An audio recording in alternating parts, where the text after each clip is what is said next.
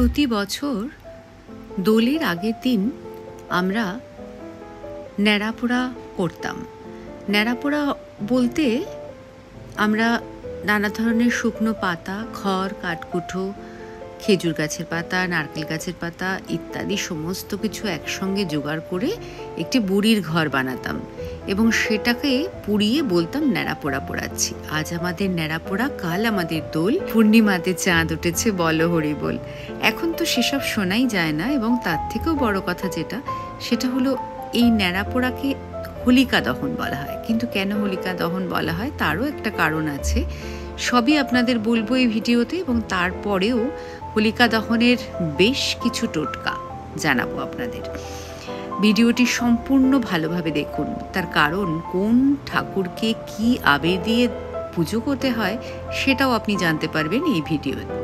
তাছাড়াও চন্দ্রগ্রহণের বেশ কিছু কথা অবশ্যই গুরুত্বপূর্ণ যা আপনাদের জানাবো। সবটা মিলিয়ে আশা করি আপনাদের ভালো লাগবে এই ভিডিওটি। এই ভিডিওটি দেখবার জন্য সম্পূর্ণ ভিডিওটি দেখুন এবং দেখার পর ভালো লাগলে একটা লাইক করে দেবেন। আর যারা নতুন দেখছেন অবশ্যই সাবস্ক্রাইব করে পাশে থাকবেন। কমেন্টস করে অবশ্যই জানান আপনাদের কেমন লাগলো এই ভিডিওটি। শুরু করি আজকের ভিডিওর প্রথম হোলিকা দহন দিয়ে।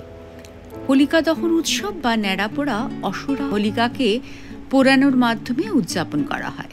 হিন্দু ধর্মের অনেক ঐতিহ্যে হোলি উৎসবে প্রহ্লাদকে বাঁচাতে বিষ্ণুর দ্বারা হোলিকা বধকে উদযাপন করা হয়।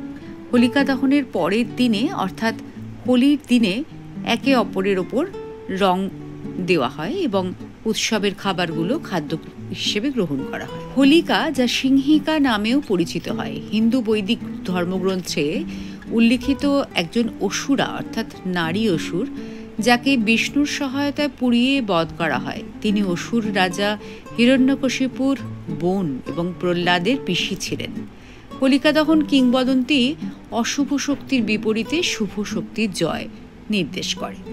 হোলির প্রাককালে বিশাল অগ্নিকুণ্ড জ্বালানো হয় দৈত্য হোলিকাকে দহন করার স্মরণে অথবা অশুভের উপর শুভর জয়ের স্মরণে। হোলির দিনটি নিজেই প্রেম উদযাপন করে। দিব্য দম্পতি রাধা এবং কৃষ্ণের মধ্যে ঘনিষ্ঠ প্রেমময় সম্পর্কের স্মরণে। হোলি শব্দের উৎপত্তি হয়েছে হোলা থেকে, যার অর্থ হল আগাম ফসলের প্রত্যাশায় ঈশ্বরকে ধন্যবাদ জ্ঞাপন।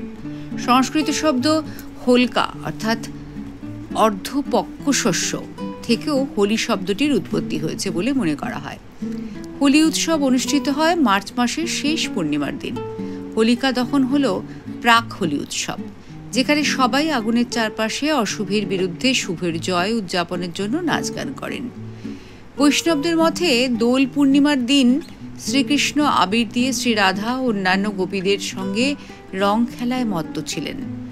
সেখান থেকেই দোলযাত্রার শুরু। 1486 সালের 18 ফেব্রুয়ারি দোল পূর্ণিমা তিথিতে শ্রী চৈতন্য মহাপ্রভুর জন্মগ্রহণকে কেন্দ্র করেও এই মহোৎসব পালন করা হয়। এই তিথিকে গৌর পূর্ণিমাও বলা হয়। কৃষ্ণের সময়কাল থেকেই ভারতের বিভিন্ন জায়গায় দোল উৎসব পালিত হয়ে আসছে। ধর্মের দিক দিয়ে এই উৎসব খুবই গুরুত্বপূর্ণ। তাই কৃষ্ণ ও রাম দুই দেবতাই এই দোল উৎসবের সঙ্গে জড়িত। তাই দোলযাত্রা উপলক্ষে দেবদেবীর আরাধনা করা হয়।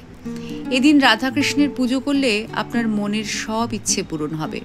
বলা হয় এদিন রাধা ও কৃষ্ণ প্রথমবারের মতো হোলি খেলেন, তাই এই দিন রাধা ও কৃষ্ণের পুজো করা জরুরি। গোলাপি আবির দিয়ে এদিন তাদের আরাধনা করুন। বিশ্বাস করা হয় যে দোলের দিন রাধা ও কৃষ্ণের পুজো করলে স্বামী স্ত্রীর মধ্যে সম্পর্ক উন্নত হয়, পরিবারের সকলের মধ্যে আনন্দ বজায় থাকে। তবে দোলের দিন গণেশকে কিভাবে পুজো করবেন জানেন? বলি। হোলির দিন গণেশকে খুশি করার জন্য মোদক প্রসাদ হিসেবে অর্পণ করুন। তার সঙ্গে আপনি ঠান্ডা যে খাবার, লস্যি মতন দিতে পারেন।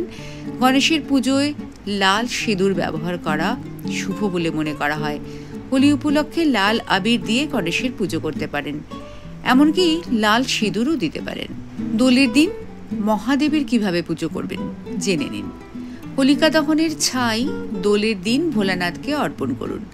এদিন মহাদেবের পূজা করুন। এদিন আপনি শিবকে শুকনো গাঁজা পাতাও অর্পণ করতে পারেন। হোলির দিন শিবকে শ্মশানে ছাই দেওয়ার রীতিও রয়েছে। এছাড়া আপনি নীল রঙের আবির দিয়ে শিবের পুজো করবেন।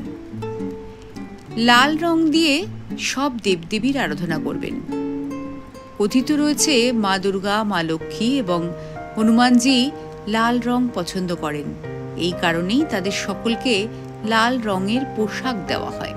হোলি উপলক্ষে এই তিন দেবতাকে লাল রঙের আবির নিবেদন করা উচিত। লাল রঙের আবির দিয়ে মা দুর্গা, মা লক্ষ্মী এবং হনুমানজির আরাধনা করুন। হোলির দিনে হতে চলেছে এবছর প্রথম চন্দ্রগ্রহণ। ধর্মীয় এবং জ্যোতিষশাস্ত্রের দিক থেকেও এর বিশেষ তাৎপর্য রয়েছে।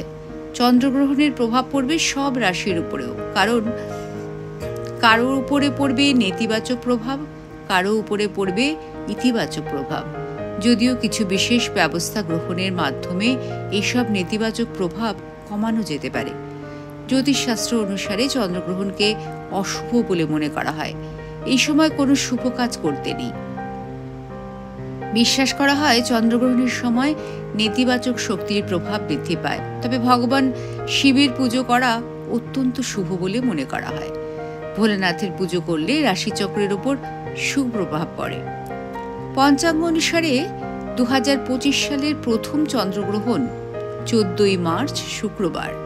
ভারতীয় সময় অনুসারে 14ই মার্চ সকাল 9:27 থেকে বিকেল 3:30 পর্যন্ত চন্দ্রগ্রহণ চলবে। অর্থাৎ চন্দ্রগ্রহণের সময়কাল হবে 6 ঘন্টা 3 মিনিট।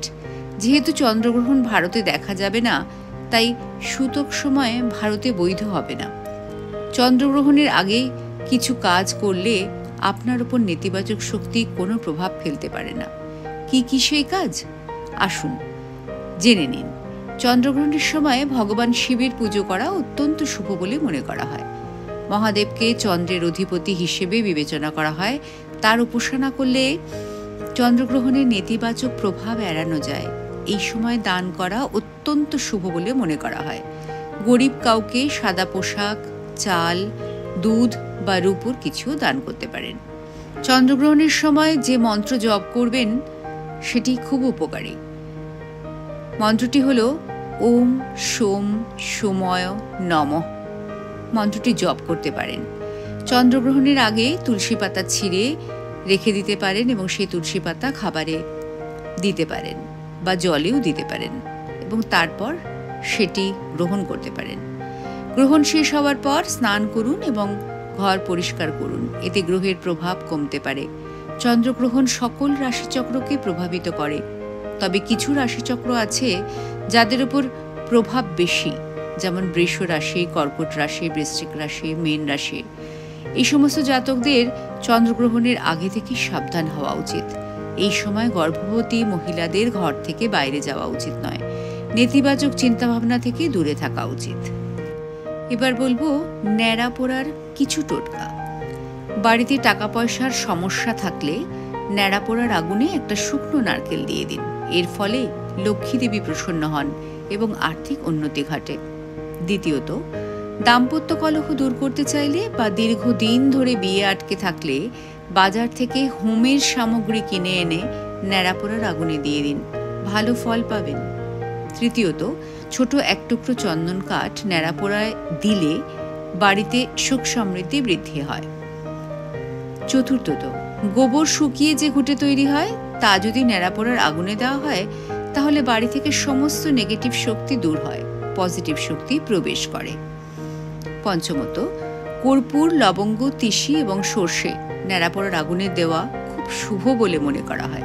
ষষ্ঠত, বাড়িতে কেউ অনেকদিন ধরে অসুস্থ থাকলে ন্যাড়া পোড়ার আগুনের দিনে 3টে বা 5টা পান দিয়ে দিন।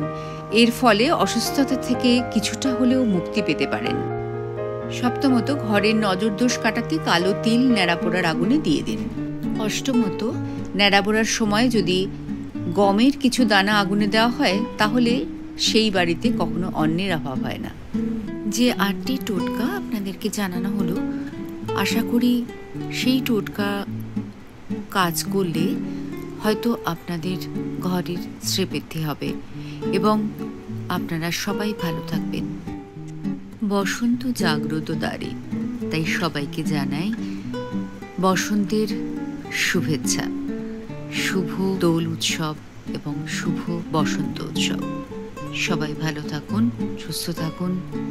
নমস্কার।